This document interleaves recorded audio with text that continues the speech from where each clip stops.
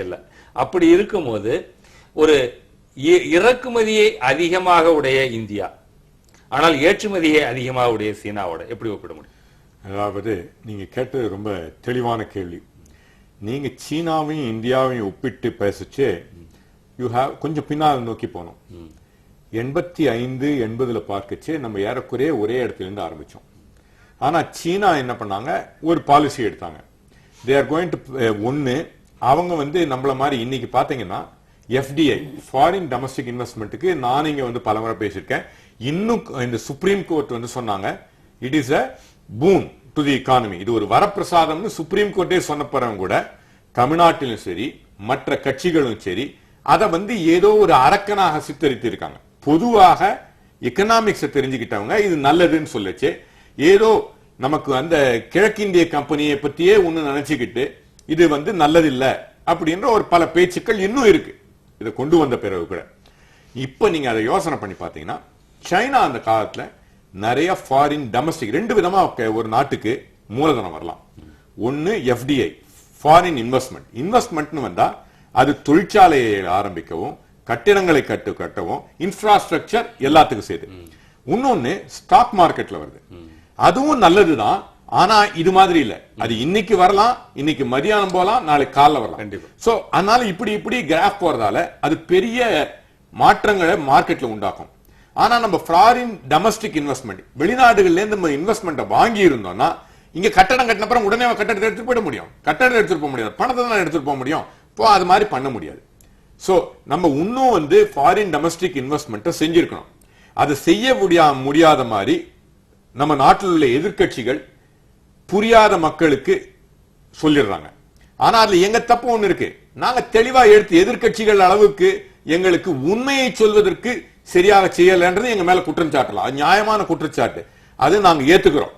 மக்கள் கிட்ட சரியா உண்மையான தகவல்களை சொல்லி சென்றடையக்கூடிய வகையில நாங்க சொல்லலன்றதுக்கு நாங்க முழு பொறுப்பு எடுத்துக்கிறோம்.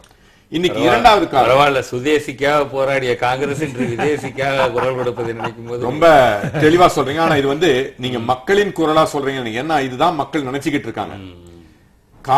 நீங்க சின்ன குழந்தையில நான் கால் சட்டை போட்டுக்கிட்டு இருக்கேன், ஏன்டா நீ வேட்டி கட்டிக்கிறேன்னு நீ கேட்கிற மாதிரி இருக்கு. அதற்கு ஒரு காலம் உண்டு. சின்ன குழந்தையா இருக்குச்சே அப்படித்தான் இருக்கணும். அதற்கு ஒரு சுதேசியை பத்தி பேசுறதுக்கு ஒரு காலம் உண்டு. இன்னைக்கு நம்மளை கண்டு அயல் நாடுகள் சாப்ட்வேர்ல பயப்படுது. நீங்க கேட்டீங்க வெளிநாடுகள்ல இன்னைக்கு ஆசிய நாடுகள்ல நம்ம வார்த்தை உண்மைதான். நம்ம உள்நாட்டு உற்பத்தியை எலக்ட்ரானிக் குட்ஸ்லயும் நம்ம ஏற்படுத்த வேண்டிய காலகட்டத்தில் இருக்கும். அதை செய்வதற்கு அரசாங்கம் முயற்சி இருக்கு. ஆனா அதை வரைச்சு மூலதனம் வேணும். மூலதனத்தை ஒரு காலகட்டத்தில் எல்லாம் இன்னைக்கு நெய்வேலி லிக்னைட் கார்பரேஷன் கூட அதுவும் நல்லது. ஏன்னா இதெல்லாம் இது ஒன்று எக்கனாமிக்ஸ் தனியா பார்க்க முடியாது. இப்போ நம்ம ஒரு நாடு நல்லா இருக்கணும், தொழிற்சாலை ஆரம்பிக்கணும்னா தொழிற்சாலை பணம் போட மூலதனம் வேணும். அந்த மூலதனத்துக்கு ஸ்டாக் வேணும். அந்த ஸ்டாக்கை விற்கிறதுக்கு செகண்டரி மார்க்கெட் வேணும். அப்போ அந்த செகண்டரி மார்க்கெட்ல நல்ல ஸ்டாக் இருந்தாதான் மக்கள் போடுவாங்க. இன்னைக்கு ஏன் கோல்ட்ல பணம் போடுறாங்க மக்கள்? அவங்களுக்கு ஸ்டாக் மார்க்கெட் மேல நம்பிக்கை இல்ல. ஏன் ஸ்டாக் மார்க்கெட்ல நம்பிக்கை இல்ல? ஏன்னா நிறைய ஸ்டாக் நல்ல ஸ்டாக் இருக்கணும். நெய்வேலி லிக்னைட் கார்பரேஷன் போன்ற நல்ல ஸ்டாக் மார்க்கெட்டுக்கு வந்தா மக்கள் அதுல இன்வெஸ்ட் செய்ய முடியும், பொதுமக்கள் அதை வாங்க முடியும். நீங்கள் சொல்வதை போல அதுல ஒரு உத்தரவாதம் என்ற ஒரு நிலையை தான் மக்கள் எதிர்பார்க்கிறாங்கன்னு சொல்றீங்க. அதே விஷயம் தான் அந்த உத்தரவாதத்தில் ஏற்படக்கூடிய பிரச்சனை தான் நெய்வேலியிலேயே மக்களுக்கு இருக்குது. நாளை அது அந்த பங்குகள் படிப்படியாக விற்கப்பட்டு விடுமோ, தனியார் மயம் ஆக்கி விடுமோ என்ற தனியார் மயம் ஆவதே தவறு இல்லை. நீங்க ஏதாவதுங்க ஒரு காலகட்டத்தில் பொது அரசு தொடர்ந்து பேசலாம். இடைவேளைக்கு பிறகு நேர்களே, எத்தனை கோணம் எத்தனை பார்வை, இடைவேளைக்கு பிறகு நாம் மீண்டும் தொடரலாம்.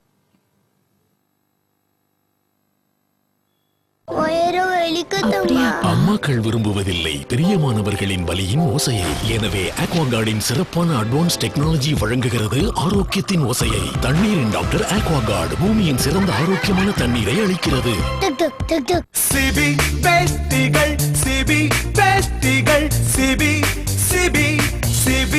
அன்பும் வீரமும் கொண்ட தமிழர்களின் பாரம்பரிய அடையாளம் சிபி வேஷ்டிகள் மற்றும் ஷர்ட்டுகள். கலை மற்றும் அறிவியல் கல்லூரி நீடு டாக்டர் ரபியுதீன் அவர்கள் கல்வி அறக்கட்டளையின் கீழ் இயங்கும் இக்கல்லூரியில் தற்சமயம் மாணவர்கள் சேர்க்கை நடைபெறுகிறது. ஏன்பா நீ ஏசி 30ல வச்சு ஓட்டிட்டு இருக்க? 30 தான் lucky. Will win. Account number லக்கியா கிடைச்சிடுச்சுனா உங்களுக்கு விருப்பமான அக்கவுண்ட் நம்பர் வேணுமா? ஆமா. பாசிபிள் தானே? நிச்சயமா. IndusInd Bank கொண்டு வந்துள்ளது மை அக்கவுண்ட் மை நம்பர். அதாவது நீங்க விரும்புவதே உங்க அக்கவுண்ட் நம்பர் ஆகிவிடும். அப்ப உங்க அக்கவுண்ட் நம்பரை எப்படி சூஸ் பண்ண போறீங்க? What's your lucky number? IndusInd Bank. உங்கள் விருப்பம் நாங்கள் நிறைவேற்றுவோம். Enter King's Engineering College, Creativity and Innovation. BE Civil, Mechanical, ECE, CSE and BTech IT. Counseling code 1207. King's Engineering College under the management of Queensland. Irungatukode, Chennai 117.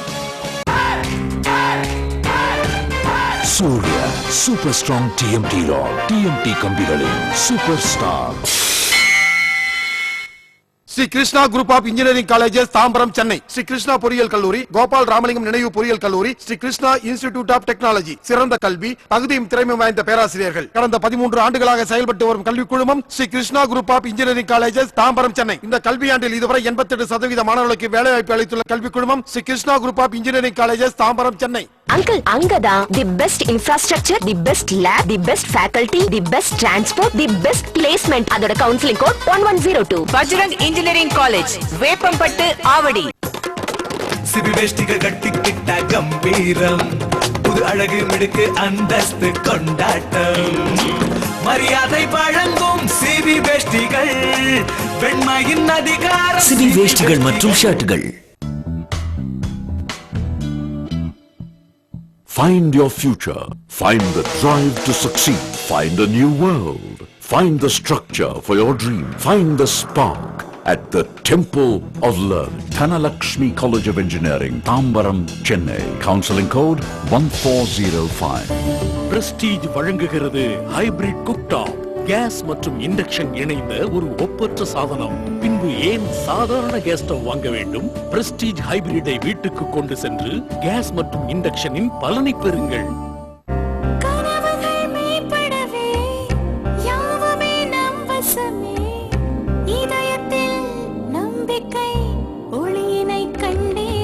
கனவுகள் மேம்பட Kaveri educational institution. Surya Super Strong TMT Rod. TMT கம்பிகளின் super star.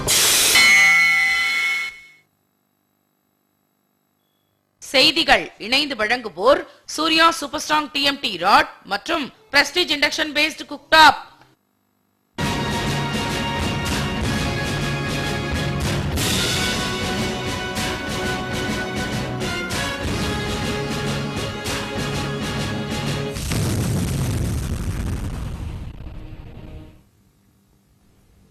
நேர்களே, எத்தனை கோணம் எத்தனை பார்வை தற்போது மீண்டும் தொடரலாம். இப்போ ஜோதி சார், இப்போ அவங்க அமெரிக்க சொன்ன மாதிரி இன்றைக்கு காலச்சூழ்நிலை, காலத்தின் கட்டாயம், இதெல்லாம் வந்து ஒன்றுக்கொன்று பின்னி பிணைந்து தான் இருக்க வேண்டும். இது பொருளாதாரத்தில் எதையுமே இதை தவிர்க்க முடியாது என்ற ஒரு கருத்தை சொன்னார் உங்களுக்கு வந்து.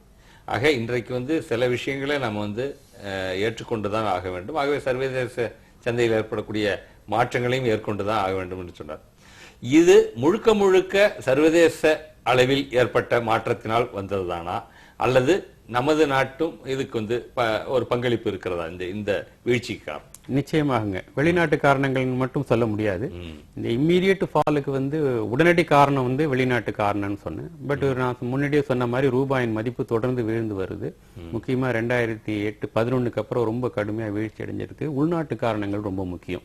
2008க்கு முன்னாடி ஒரு 5 ஆண்டுகளுக்கு தொடர்ந்து வந்து 8-9% வளர்ச்சி அடைஞ்சிருந்தோம். நம்ம இந்த உலக மந்தம் வந்த பிறகு கூட வந்து ஒரு 2 ஆண்டுக்கு வந்து நம்ம வளர்ச்சி விகிதம் வந்து உயர்ந்தே இருந்தது. ஆனா 11க்கு அப்புறம், அந்த 2011க்கு அப்புறம் வந்து நமக்கு வந்து பல பிரச்சனைகள் வந்து ஆரம்பிச்சுங்க. அதுக்கு ஒரு காரணம் வந்து அந்த 2008ல நம்ம கொடுத்த ஸ்டிமுலஸ். அந்த ஸ்டிமுலஸ் வந்து 3 தடவை கொடுத்தோம். ஊக்குவிப்பு வந்து 3 முறை கொடுத்தோம். முதல் முறை கொடுத்தது வந்து 100க்கு 100 அவசியமான ஒண்ணு, உலகம் ஃபுல்லா எல்லாருமே கொடுத்தாங்க. 2வது முறை கொடுத்த ஸ்டிமுலஸ்னா 2 விதமா கொடுப்பாங்க. ஒண்ணு வரி சலுகைகள், அதாவது ரூபாய் நோட்டை அச்சடித்து புழக்கத்தில் விடுவது இல்ல, செலவை வந்து அதிகப்படுத்துறது. அதற்கு வந்து டெபிசிட் பைனான்சிங், பாரோயிங் இதெல்லாம் பண்ணுவாங்க. அதே மாதிரி வரி வசூலை வந்து குறைச்சிக்கிறது, வரி வருவாயை குறைச்சிக்கிறது. நான் உங்கள்ட்ட இருந்து வரி அதிகமா வாங்காத போது நீங்க அந்த பணத்தை செலவு பண்ணுவீங்க இல்லையா? உங்கள்ட்ட வரி வாங்காம விட்டுட்டேன்னா நீங்க செலவு. ஸோ தொழில்துறைக்கு வந்து நிறைய வரி சலுகைகள் கொடுத்தாங்க. நம்மளோட டாக்ஸ் ஜிடிபி ரேஷியோ வந்து 12% இருந்ததுங்க இந்த சலுகைகள்லாம் கொடுக்கறதுக்கு முன்னாடி. அது வந்து 10% ஆயிடுச்சு. பிரணாப் முகர்ஜி இதுக்கு முந்தைய பட்ஜெட்ல வந்து இதை திரும்ப அந்த பழைய நிலைக்கு கொண்டு வரணும்னு சொல்லிட்டு இருந்தாரு. அந்த 2% அளவுக்கு ஜிடிபியில வந்து வரி சலுகைகள் கொடுத்தோம். அது வந்து பணப்புழக்கத்தை அதிகமாக்குச்சு. செலவுகளை வந்து நம்ம கிட்டத்தட்ட குறைச்சோம். ஆனா அதுக்கு செலவுகளை அதிகப்படுத்த முயற்சி பண்ணோம். ஆனா அதிகமாக்கல. ஏன்னா இது டெபிசிட் அதிகப்படுத்திடுச்சு. ஆமா, வரி வருவாயும் குறைச்சிட்டு செலவுகளையும் வந்து குறைக்க முடியாத அதே ஸ்டேட்ல கொண்டு போகும்போது உங்களுக்கு வந்து டெபிசிட் அதிகமாயிடுச்சு. டெபிசிட் அதிகமான பிறகு இன்ஃபிளேஷன் ஒரு பக்கம். இது இல்லாம எக்ஸ்டர்னல் அக்கவுண்ட்ல வந்து கரண்ட் அக்கவுண்ட் டெபிசிட் வந்து அதிகமாயிடுச்சு. அது வந்து எக்ஸ்டர்னல் அக்கவுண்ட்ல ஆனது காரணம் வந்து நம்மளோட எக்ஸ்போர்ட் உலக மந்தமான பிறகு நம்ம அதிகமா வந்து எக்ஸ்போர்ட் பண்ண முடியல. 2008 வரைக்கும் நம்ம நிறைய பண்ணிட்டு இருந்தோம். அதுக்கப்புறம் உலக பொருளாதாரம் வீழ்ச்சி அடைஞ்சதுக்கு பிறகு நம்ம எக்ஸ்போர்ட் குறைஞ்சிருச்சு, இம்போர்ட் குறையல. இம்போர்ட்ல முக்கியமான பங்கு வகிக்கிறது வந்து ஆயில், எரிபொருள் இதெல்லாம் இருக்குது. சோ வந்து இது ரெண்டும் கூட ஆமா கரண்ட் அக்கவுண்ட் டெபிசிட் வந்து வைடன் ஆயிடுச்சு. 6 புள்ளிக்கு மேல போயிடுச்சு. 2.5% ஜிடிபில ஒரு சர்வே ரேஷியோவா இருக்கணும். அது வந்து 6% தாண்டிடுச்சு. சோ அது வந்து மேனேஜ் பண்றதுக்கு அரசாங்கம் என்ன பண்ணாங்க, பல விதத்துல செய்யலாம். என்னன்னா எஃப்டிஏ, நிறைய எஃப்டிஏ கொண்டு வரணும். இன்ஸ்டிடியூஷனல் இன்வெஸ்ட்மெண்ட் இவங்க சொன்ன மாதிரி வந்து அதை கொண்டு வரணும். அது இல்லாம வந்து எக்ஸ்டர்னல் கமர்ஷியல் பாரோயிங், தனியார் துறையும் அரசு துறையும் வெளிநாட்டுல வந்து கடன் வாங்க ஆரம்பிச்சாங்க. இங்க உள்ள ரேட் ஆஃப் இன்ட்ரெஸ்ட்டை விட வெளிநாட்டுல வந்து இன்ட்ரெஸ்ட் ரேட்டு மிக மிக குறைவான, பொருளாதாரம் வீழ்ச்சி அடைஞ்சிருக்கிறதுனால அங்க வந்து வட்டி விகிதம் குறைவா இருக்கிறதுனால அங்கிருந்து வாங்க ஆரம்பிச்சாங்க. இதற்கு முன்னாடி வந்து நம்மளுடைய மொத்த பொது கடன்ல வந்து வெளிநாட்டு கடன் வந்து ஒரு 4% தான் இருந்தது. இப்ப இவங்க போய் அதிகமா கடன் வாங்கினால இந்த கரண்ட் அக்கவுண்ட் டெபிசிட்டை மேனேஜ் பண்றதுக்காக வாங்கிய கடனால அது 8.9% அதிகமாயிடுச்சு. நம்ம மொத்த கடன்ல வெளிநாட்டு கடன். இதுல அதிகபட்ச கடன் வந்து ஷார்ட் டேர்ம் டெட்டும், அதாவது உடனடியா திருப்பி செலுத்தக்கூடிய கடன்கள். அது வந்து இந்த ஸ்பெகுலேட்டிவ் இன்வெஸ்டர்ஸ் இருக்காங்களே, பெரிய பெரிய இன்வெஸ்ட்மெண்ட் ஹவுசஸ், இவங்களுக்கு வந்து எந்த டேட்ல வந்து அரசு வந்து அதை ரீபே பண்ண போறதுங்கிறதுலாம் தெரியும். ஸோ அரசாங்கம் வந்து அந்த கடனை திரும்பி செலுத்தும் போது அதிக அளவுல செலுத்துவாங்க.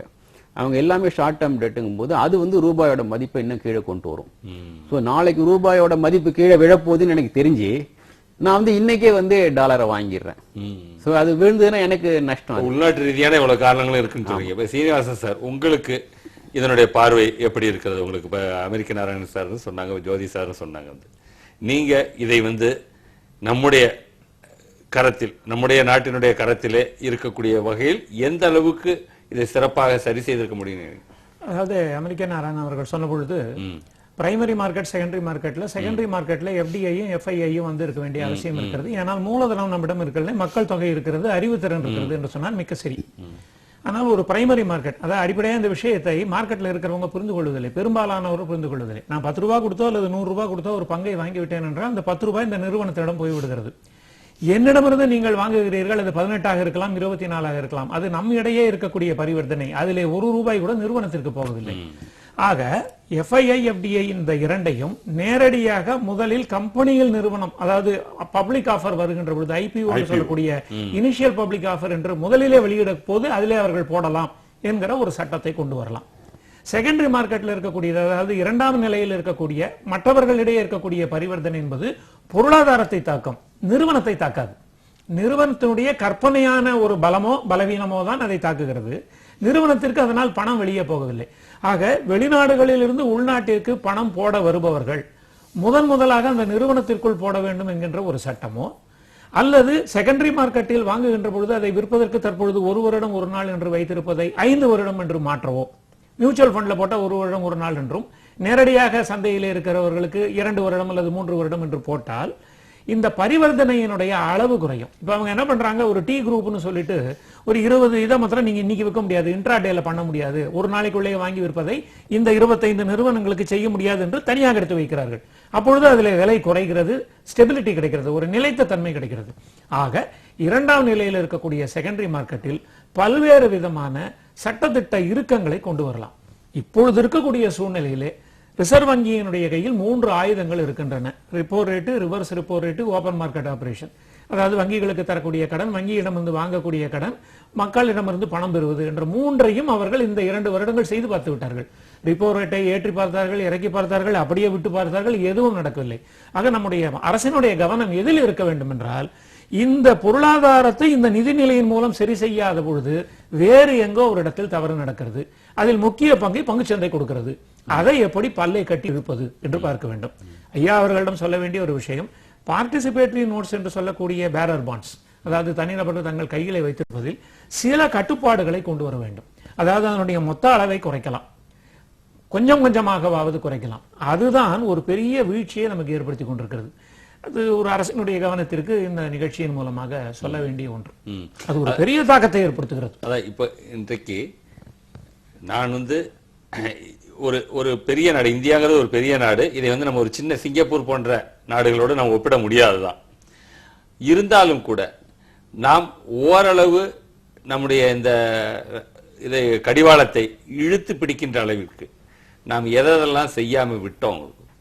முதல்ல நம்ம நாட்டுல நம்ம எல்லாருக்கும் நம்பிக்கை வரணும்னா, நம்ம நாடுடைய, நான் அரசியல் கட்சியாக சொல்றேன், மக்களுக்கு சொல்றேன், மக்கள் மற்ற அரசியல் கட்சிகள் தங்களுடைய எம்எல்ஏ எம்பிஸ்க்கு எழுதணும்னு சொல்றேன். ஒரு அரசை ஒரு தேர்ந்தெடுக்கப்பட்ட அரசை முதல்ல அவங்க நடக்க விடணும். பாராளுமன்றம் நடக்காததும் இது ஒரு காரணம் தான். ஏன்னா நம்ம நாட்டு மேல நம்பிக்கையை இழந்து விடுறாங்க. இந்த நாட்டுல சொன்னதை செய்ய முடியவில்லைன்னு சட்டப்படி செய்ய முடியாத வர விஷயம். பாராளுமன்ற தேர்தல் எடுத்து அதுக்கு உங்களுக்கு இது இல்லைன்றது. உங்களுக்கு பாராளுமன்றத்துல ஆதரிக்கக்கூடிய கட்சிகள் இருந்தாலும் 5 பேர் பாராளுமன்றத்துல போய் நடுவில் உட்கார்ந்துட்டு பாராளுமன்றத்தை இயக்க விடாம செஞ்சுக்கிட்டு இருக்காங்க, செய்யறாங்க. இது ஒரு முக்கிய காரணம் தான். அதுக்கு நம்மளுடைய இண்டஸ்ட்ரியல் பாலிசிஸ் அடிக்கடி மாறுறது ஒரு காரணங்கிறாங்க. இல்லைங்க, அதாவது ஒரு ஒப்பந்தத்தை போட்டுவிட்டு அல்லது ஒரு உரிமம் கொடுக்கும் போது ஒரு விதிமுறையை போட்டுவிட்டு ஓராண்டில அந்த விதிமுறையை அரசு மாற்றுவது, இதெல்லாம் வெளிநாடுகளில் கடைபிடிக்க முடியாத முறை. அதுவும் ஒரு நம்பகத்தன்மை இந்தியா மேல நம்பகத்தன்மை இந்தியாவுக்கு வருவதற்கு அதுவும் ஒரு காரணம். நம்ம ஆனா சொன்னதையே செய்ய விடாம இருக்கிறது. இன்னைக்கு பாத்தீங்கன்னா இந்த பொது நிறுவனங்களுடைய பங்கு ஒரு குறிப்பிட்ட அளவு பொதுமக்கள் கையில இருக்கணும். 2009 தேர்தல் அறிக்கையில காங்கிரஸ் சொல்லியிருக்கு. ஆனா அதை நடக்க முடியாம இன்னைக்கு அதுல அரசியல் நடக்கச்சு. அது நம்ம நாட்டுடைய வளர்ச்சியை பாதிக்கிறது. இன்னொன்னு, நம்ம நாட்டுல சில ஊழல்கள் நடந்தது, அதுவும் இதுக்கு காரணம். இது ஒண்ணு பொதுமக்கள்கிட்ட மறைக்க வேண்டிய அவசியம் இல்லை. நம்ம நாட்டில் நடந்த ஊழல்களும் இதுக்கு காரணம். ஏன்னா வரைச்சு இது என்ன பண்றாங்க, இந்த ஊழல் நடக்கிறதால அரசாங்கம் முடிவு எடுக்க முடியல. அப்போ இன்வெஸ்ட்மெண்ட் போடுறவன் யோசனை பண்றாங்க. இன்னைக்கு பாத்தீங்கன்னா டெலிகாம் நல்லா வளர்ந்துகிட்டு இருந்தது. நம்ம நாட்டுல 80% மக்களுக்கு இருக்கு. ஆனா அதை வந்த உடனே அந்த இது குறையுது. சோ நம்ம நாட்டுடைய ஃபண்டமெண்டல்ஸ் இதுக்கு காரணம். நம்ம நாட்டுடைய பொருளாதார வளர்ச்சியும் இதற்கு காரணம். இன்ஃபிளேஷனை பத்தி பேசினாரு. மற்ற நாடுகளுடைய இன்ஃபிளேஷனை கம்பேர் பண்ணச்சு நம்ம நாட்டுல இன்ஃபிளேஷன் பணவீக்கம் ஜாஸ்தி ஆகுச்சு. நிச்சயமா நம்மளுடைய கரன்சி வேல்யூ குறையும். அதுவும் ஒரு காரணம். இன்றைக்கு ஆளுங்கட்சி எதிர்கட்சி இந்த அரசியல்ங்கிறது எப்பொழுதும் இருக்கதான் செய்யும். அதாவது ஆளுங்கட்சி மேல எதிர்கட்சி குறை சொல்லுவாங்க, எதிர்கட்சி மேல இது குறை சொல்லுவாங்க. ஆகவே இதனால் ஏற்படக்கூடிய பாதிப்புகள் எல்லாம் அந்த பாலிசிஸை மாத்தாமல் ஒரு அரசுக்கு என்று ஒரு நிலையான கொள்கை, நிலையான இண்டஸ்ட்ரியல் பாலிசி அது இருக்க வேண்டும் என்றுதான் இன்னைக்கு எல்லாருமே சொல்றாங்க. ஏனென்றால் இன்றைக்கு அரசாங்கம் அதிலே தெளிவாக இருக்குமானால் தொழில் முனைவோருக்கு ஒரு ஆர்வம் இருக்கும். இப்ப குறிப்பா இப்ப ஜோதி சார் சொன்ன மாதிரி எக்ஸ்போர்ட்டை நம்ம அதிகப்படுத்தணும் அப்படிங்கிறதுக்கு எந்த அளவிற்கு உள்நாட்டு தொழில் முனைவோருக்கு நாம் ஊக்குவிப்பு நடவடிக்கைகளை ஏற்படுத்தி இருக்கிறோம், எந்த அளவிற்கு சிறு தொழில் குறுந்தொழில்களை ஊக்கப்படுத்தி இருக்கிறோம், இதெல்லாம் ஒரு கேள்வி இருக்கு. நீங்க சொல்லுங்க சார். ஜோதி சார், இன்றைக்கு இருக்கக்கூடிய நிலைமையில இந்தியாவில் இன்றைக்கு நம்முடைய ஏற்றுமதியை அதிகரிப்பதற்கு என்ன மாதிரியான கொள்கைகள் ஏற்பட்டால் நல்லதாக இருக்கும் என்று நினைக்கிறேன்? ஆக்சுவலா நான் ஏற்கனவே சொன்ன மாதிரி 2008 இருந்து 2011 வரைக்கும் நிறைய ஸ்டிமுலஸ் கொடுத்தோம். அதுல எக்ஸ்போர்ட் ப்ரோமோட் பண்றதுக்கு நிறைய கன்செஷன், டாக்ஸ் கன்செஷன் இதெல்லாம் கொடுத்தோம். அதெல்லாம் அந்த ஒரு 2 ஆண்டு growth நல்லா இருந்து 11க்கு அப்புறம் குறைஞ்சிச்சு. அதனுடைய எஃபெக்ட் இல்ல. ஒரே ஒரு கேள்வி, அதாவது ஏற்றுமதியை ஊக்குவிப்பது என்கின்ற நடவடிக்கை ஏற்றுமதியாளர்களுக்கு மட்டும்தான் பயன்படும். நான் என்ன சொல்றேன், உள்நாட்டில் ஒரு தரமான பொருள் உற்பத்தி எப்படி இன்றைக்கு சர்வதேச அளவில் ஒரு ஜப்பானிய பொருளுக்கு, ஒரு தென்கொரிய பொருளுக்கு ஐரோப்பிய நாட்டினுடைய ஜெர்மனி மென்பொருளுக்கு ஆமா எப்படி இந்தியாவில் உள்ள மென்பொருளுக்கு அந்த கிராக்கி இருக்கிறதோ அப்படி ஊக்குவிப்பதற்கான நடவடிக்கை அது நீங்க உற்பத்தி இல்ல அததான் சொல்ல வரேங்க. அதற்கான முயற்சி நிறைய டாக்ஸ் கன்செஷன் எல்லாம் கொடுத்து எக்ஸ்போர்ட் ப்ரொமோஷனுக்கான நிறைய முயற்சிகள் செஞ்சோம். அது பலன் அளிக்கல. என்ன காரணத்தினால பலன் அளிக்கல அப்படின்னா, உலக பொருளாதார மந்தம். அங்க வாங்குறதுக்கு இருக்கணும் இல்ல, ஆள் உங்களுக்கு வாங்குறதுக்கு இருக்கணும். அங்க எக்கானமி ரிவைவ் ஆனா, இப்ப சொல்றாங்க இந்த யுஎஸ் எக்கானமி ரிவைவ் ஆனது நமக்கும் ஒரு ஹோப் கொடுக்குது. அங்க ரிவைவ் ஆனா நம்ம எக்ஸ்போர்ட்டும் ரிவைவ் ஆகிறதுக்கான வாய்ப்புகள் இருக்கு. இதுல உள்ள பாசிட்டிவ் சைடுன்னு அதான் சொல்றாங்க. நேர்மறையான விஷயம் அதுல ஒண்ணு. ஆமா, இப்ப இது வரைக்கும் அது நடக்கல. இது வரைக்கும் அது நடக்கல. அங்க உலக பொருளாதாரம் மந்தமா இருக்கிறதுனால நம்மளுடைய எக்ஸ்போர்ட் நடக்கவே இல்லை. சோ இங்க என்ன கன்செஷன் கொடுத்தாலும் அது இண்டஸ்ட்ரீஸுக்கு ப்ராஃபிட் மார்ஜினை தான் இன்க்ரீஸ் பண்ணதே தவிர அப்ஜெக்டிவ் எக்ஸ்போர்ட்டை இன்க்ரீஸ் பண்ணல. சாஃப்ட்வேர் அடி வாங்கியிருக்குது. மற்ற இது டெக்ஸ்டைல் அதிகமா எக்ஸ்போர்ட் ஆகல. ஸோ இந்த கன்செஷன்லாம் நடக்கல. இது இல்லாம இந்தியாவில் ஒரு பொருளாதாரத்தை ஒட்டு மொத்தமா அது எந்த ஹெல்த்தி வளர்ச்சியான ஒரு நல்ல சூழல்ல இருக்கா அப்படிங்கறத தெரிஞ்சுக்கிறதுக்கு ஒரு அறிகுறி அதனுடைய ஜிடிபி growth ரேட்டுங்க. அது விழுந்திருக்குது. நம்ம சொன்ன மாதிரி 9 விழுக்காடு இருந்த growth ரேட் இன்னைக்கு கடைசி குவார்டர் 4.8% வீழ்ச்சி அடைஞ்சிருக்கு. இது என்ன ஆகும் அப்படின்னா, இன்வெஸ்டர்ஸோட கான்பிடன்ஸை குறைச்சிரும், பிசினஸ் கான்பிடன்ஸை குறைச்சிரும். வளர்ச்சி குறைஞ்சிட்டு போகும்போது நான் ரிஸ்க் எடுத்துக்கணும், ரிஸ்க் எடுக்க மாட்டேன், ஃபர்தரா நான் இன்வெஸ்ட்மெண்ட் பண்ண மாட்டேன், என்ன நடக்குதுன்னு பார்ப்போம். இப்ப நேரம் சரியில்லைன்னு விட்டுருவாங்க. ஆமா, அதனால தொடர்ந்து பேசலாம் ஒரு இடைவேளைக்கு பிறகு. நேரிலே எத்தனை கோணம் எத்தனை பார்வை, இடைவேளைக்கு பிறகு நாம் மீண்டும் தொடரலாம்.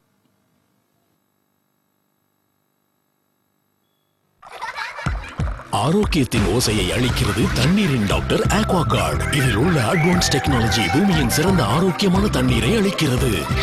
உங்கள் தண்ணீரில் உள்ளதா ஆரோக்கியத்தின் ஓசை? தண்ணீரின் doctor Aquaguard. Surya super strong TMT rod. TMT கம்பிகளின் சூப்பர் ஸ்டார்.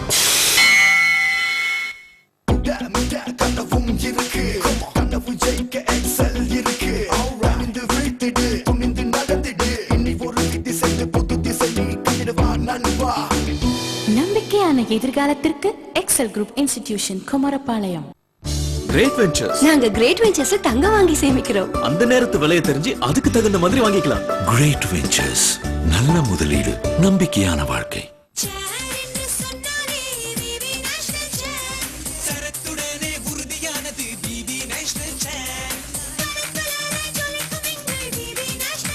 உடலுக்கு ரெஸ்ட், சேருக்கு best. VV national plastic chair. September 24th, 2007, T20 का final match. Who will bowl the last over?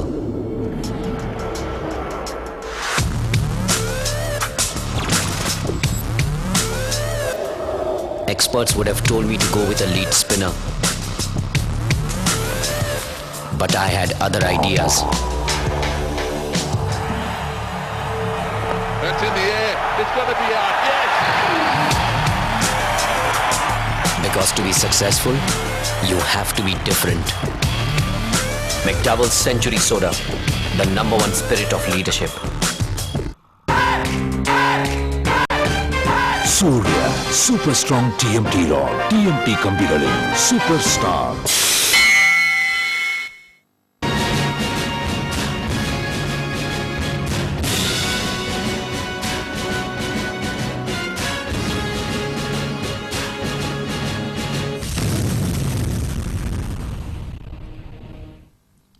நேரில் எத்தனை கோணம் எத்தனை பார்வை தற்போது மீண்டும் தொடரலாம். சீனிவாசன் சார், இன்றைக்கு நம்முடைய நாட்டிலே உள்ள எதிர்மறையான விஷயங்கள் என்று பார்க்க போனால் ஒரு மக்கள் தொகை பெருக்கம் என்று சொல்லலாம். உங்களுக்கு இன்றைக்கு 120 கோடி மக்கள் இருக்கிறது என்று நினைக்கிறார்கள். 240 கோடி கைகள் இருக்கின்றன இப்ப சொல்ல முடியாது. இப்ப எல்லாமே எந்திரமயம் ஆயிடுச்சு. உங்களுக்கு அத்தனை கைகள் தேவைப்படுற மாதிரி இல்லை. இப்ப இண்டஸ்ட்ரி எல்லாம் உங்களுக்கு ஒரு 200 லேபரை கூட வச்சுக்கிட்டு ஒரு கார் ஃபேக்டரி இப்ப நடத்திட முடியுது. உங்களுக்கு இப்படியெல்லாம் இருக்கக்கூடிய சூழ்நிலையில் எதெல்லாம் எதிர்மறையாக இருக்கிறது என்று நினைக்கிறீர்கள்? அதாவது நம்முடைய நாட்டினுடைய பொருளாதார வளர்ச்சிக்கு அது ரூபாயினுடைய மதிப்பு வீழ்ச்சி என்பது அதுல ஒரு அங்கம். எது இதெல்லாம் எதிராக இருக்கிறதுன்னு நினைக்கிறீர்கள்? அந்த மால்துவேஷன் தியரியில ஒரு வயிறு 2 கைகளை கொண்டு வருகிறது என்பதை எதிர்மறையாக நீங்க சொல்லிவிட்டீர்கள். ஆனா நாம உலகத்திலேயே 2வது நிலையில் இருக்கக்கூடிய சீனா என்பது நம்மை விட அதிகமான தொகையை வைத்திருப்பவர்கள். அதை 2050 ஓவர்லுக் பண்ணிடுவோம்னு சொல்றாங்க. நாம ஓவர்லுக் பண்ணுவோம். அவங்க இப்போ ஒரு சிங்கிள் சைல்டு நமக்கு அவங்க வந்துட்டாங்க. நாம அதற்கு வரவில்லை. நம் நாட்டில் இருக்கக்கூடிய எதிர்மறை என்பது ஒட்டுமொத்தமான சிந்தனையாக இருக்கவில்லை. ஒரு கிரிக்கெட் போட்டி நடக்கிறது நம் நாட்டிற்கும் அண்டை நாட்டிற்கும் என்றால் ஒன்றாக சேர்ந்து விடுகிறோம். போர் என்கின்ற ஒரு அறைகூவலோ அல்லது போர் நடந்தாலோ ஒன்றாக செய்துவிடணும். ஜாதே ராம் ஹமாரி ரச்சான்னு சொல்றோம், வந்தே மாதரம்னு பேசுறோம். ஆனா அதுக்கு அடுத்த நாள் காலையில உள்நாட்டுல ஏதாவது ஒரு விஷயத்தை செய்யணும்னா ஆளுக்கு ஒரு சிந்தனையில இருக்கும். அப்படி பிரிந்து போகின்ற எண்ணங்கள் நமக்கு இருப்பதுதான், ஆளுக்கு ஒரு பக்கம் இழுப்பதுதான் மிக முக்கியமான ஒரு காரணமாக இருக்கிறது. இப்போ வருமான வரி சட்டத்தில் ஐயா அவர்கள் சொன்னார்கள், இந்த மாதிரி ஒரு அரசு செய்யக்கூடிய விஷயத்தை இன்னொரு அரசு வருகின்ற பொழுது மாற்றுகின்றது. இதை வேற எதுவுமே பண்ண வேண்டாம். ஒரு அரசு வந்தவுடன் வருமான வரி சட்டத்தை 3 ஆண்டுகளுக்கு உண்டானதாக சொல்லிவிடலாம். அடுத்த 3 ஆண்டுகளுக்கு இதுல எந்த விதமான மாற்றமும் அவசர நிலை தவிர மற்ற நாட்களில் நாங்கள் மாற்ற மாட்டோம் என்று சொன்னால் அது ஒரு அடிப்படையான ஸ்டெபிலிட்டியை கொண்டு வரும். அது மிக முக்கியமான காரணம். இவையெல்லாம் அரசு செய்யக்கூடியவை. கொடுக்கப்பட்டிருக்கக்கூடிய உரிமங்களை அடுத்து வந்திருக்கக்கூடிய அரசு மாற்றி அமைக்க கூடாது என்கிற ஒரு சட்டத்தை உயர் நீதிமன்றம் அல்லது உச்ச நீதிமன்றத்தின் மூலமாக நாம் கொண்டு வர வேண்டும். அப்பதான் வெளிநாட்டில் இருப்பவர்கள் கொண்டு வந்து இங்கு பணம் போடுவார்கள். நம் நாட்டில் இருக்கக்கூடிய உயர்நிலையில் இருக்கக்கூடிய மக்கள், அதாவது அதிகாரத்தில் இருப்பவர்கள் வெளிநாடுகளுக்கு சென்று ரிசர்ஜன் பாண்ட்ஸ் என்று முன்னால் கொண்டு வந்தது போன்று நாட்டை மீண்டும் ஊக்குவிப்பதற்கு பணம் வைத்திருப்பவர்களிடம், இந்தியர்களிடம், வெளிநாடு வாழும் இந்தியர்களிடம் பணத்தை கொண்டு வந்து இங்கு போடுங்கள் என்று சொல்ல வேண்டும். இன்னும் ஒரு பலம் கொடுக்கிறார் போல் இயந்திரங்கள், கனரக இயந்திரங்கள் செய்யக்கூடிய விஷயங்களுக்கு வர வேண்டும். இப்ப மென்பொருள்ல நம்ம பலமா இருக்கோம். ஆனா நம்மை பார்த்து அமெரிக்கா பயப்படுகிறது. அவன் 5 பேருக்கு வேலை கொடுத்தாக்க அதுல அவன் ஒரு ஆட்களுக்கு 2 பேருக்கு கொடுத்தாதான் நம்ம பேருக்கு 3 பேருன்றான். நாம இங்க அங்க போயிட்டு கஷ்டப்படுறவங்களும் இருக்காங்க. ஆக மென்பொருளை ஏற்றுமதி செய்வதற்குண்டான வழிவகைகளையும், அந்த ஊரில் நம் மக்கள் இருப்பவர்கள் இதை இறக்குமதி செய்வதற்குண்டான வழிமுறைகளையும் செய்ய வேண்டும். இப்படி செய்வதன் மூலமாகத்தான் நாட்டை பலப்படுத்த முடியும். அதற்கு எதிர்மறையாக இருக்கக்கூடியதை நம் மக்கள் தொகையை பார்க்கவில்லை. நாம் நினைத்தால் இந்த மக்கள் தொகையை சரியான வழியில பயன்படுத்திக் கொள்ளலாம். அவர்களுக்கு ஒரு பயிற்சி கொடுக்க வேண்டியிருக்கும். ஜெர்மனி எடுத்துக்கொள்ளுங்கள். நாம் சிங்கப்பூரை பற்றி பேசுகிறோம், அமெரிக்காவை பற்றி பேசுகிறோம், சமீபத்தில் எழுந்திருக்கக்கூடிய ஜப்பானியம் சீனாவையும் பற்றி பேசுகிறோம். பேச வேண்டிய ஒரு நாடு ஜெர்மனி. 30 ஆண்டுகளாக அவர்கள் தங்களுடைய பொருளாதாரத்தை எந்த விதமாகவும் வீங்காத மாதிரியும் வடியாத மாதிரியும் பார்த்துக் கொண்டிருக்கிறார்கள். அங்கு பார்த்தீர்கள் என்றால் எல்லாரும் கைவேலை தெரிந்தவர்களாக இருப்பார்கள். அந்த திசையில் நாம் கவனத்தை, 2ஆம் உலகப் போரில் பாதிக்கப்பட்டும் கூட, ஆமா அது இருந்தா கூட அவங்க ஒரு காலத்துல அவங்க தான் கேமரானா அவங்க இருந்தாங்க. இப்ப மாறி இருக்கிறது. அதை திரும்பவும் கொண்டு வரணும். தொழில் புரட்சியை நாங்கள் உருவாக்க வேண்டும். இன்றைக்கு அமெரிக்க நாராயணன் சார், இப்ப பொதுவா நம்முடைய நாட்டில் அரசியல் ரீதியாக, ஆட்சி ரீதியாக நாம் ஒரு எதிர்நோக்கக்கூடிய சவால்னு சொல்லலாம். அது காங்கிரஸ் தலைமையிலான ஆட்சியாக இருக்கட்டும், அல்லது பாஜக தலைமையிலான ஆட்சியாக இருக்கட்டும், ஜனதா ஆட்சியாக இருக்கட்டும், ஜனதா தள ஆட்சியாக இருக்கட்டும். ஆனால் நம்முடைய நாட்டிலே அதிகப்படியான ஜனநாயக அந்த அம்சம் இருக்கிறது, உரிமை இருக்கிறது என்று கூட சில நாடுகள், மலேசியா போன்ற நாடுகள், மலேசிய பிரதமர் கூட ஒரு முறை விமர்சனம் செய்தார். இதில் டூ மச் ஆஃப் டெமோக்ரஸி என்று சொன்னார். இதுல எதையுமே இம்ப்ளிமெண்ட் பண்ண முடியாது, எதையுமே கொண்டு வர முடியாது என்று. ஆனால் நம்முடைய இந்தியா போன்ற ஒரு பரந்துபட்ட நாடுக்கு, பல மொழி பல இனங்கள் உள்ள நாட்டுக்கு அது பொருந்துமா? ஏனென்றால் எடுத்தேன் கவிழ்த்தேன் என்று ஆட்சியாளர்கள் செய்யும் போது அதுக்கு ஒரு மூக்கணாங்கயிறு தேவைப்படதான் செய்கிறது. நான் முதல்ல ஜனநாயகம் நம்ம நாட்டுல ஒரு பெரிய சக்தின்னு நினைக்கிறேன். நம்முடைய பொருளாதாரத்துக்கு நம்முடைய ஜனநாயகம் பெரிய சக்தின்னு தான் நினைக்கிறேன். இது தடையா இருக்குன்னு நான் நினைக்கல. ஆனா இந்த ஜனநாயகத்தில் மக்களை வழிநடத்தும் தலைவர்கள் இன்னும் ஒரு பரந்த நோக்கத்தோடும் நாட்டுடைய நலனை, நெடுங்கால நலனை, அதாவது அரசியல் செய்ய வேண்டியதான், தேர்தல் நேரத்தில் அரசியல் செய்ய வேண்டியதான், கொள்கைகளை வச்சு விளக்க வேண்டியதுதான். இந்த தமிழகத்திலேயே பார்க்கிறோம். ஒரு அரசு செய்த நல்லதை மக்கள் பரவலா நல்லதுன்னு நினைக்கிறாங்க. ஆனா இன்னொரு அரசு உடனே டக்குன்னு மாத்திடுறாங்க. மத்திய அரசுல இது வரைக்கும் ஏறக்குறைய அவ்வளவு மோசமா நடக்கல, ஆனா தமிழகத்துல நடக்குது.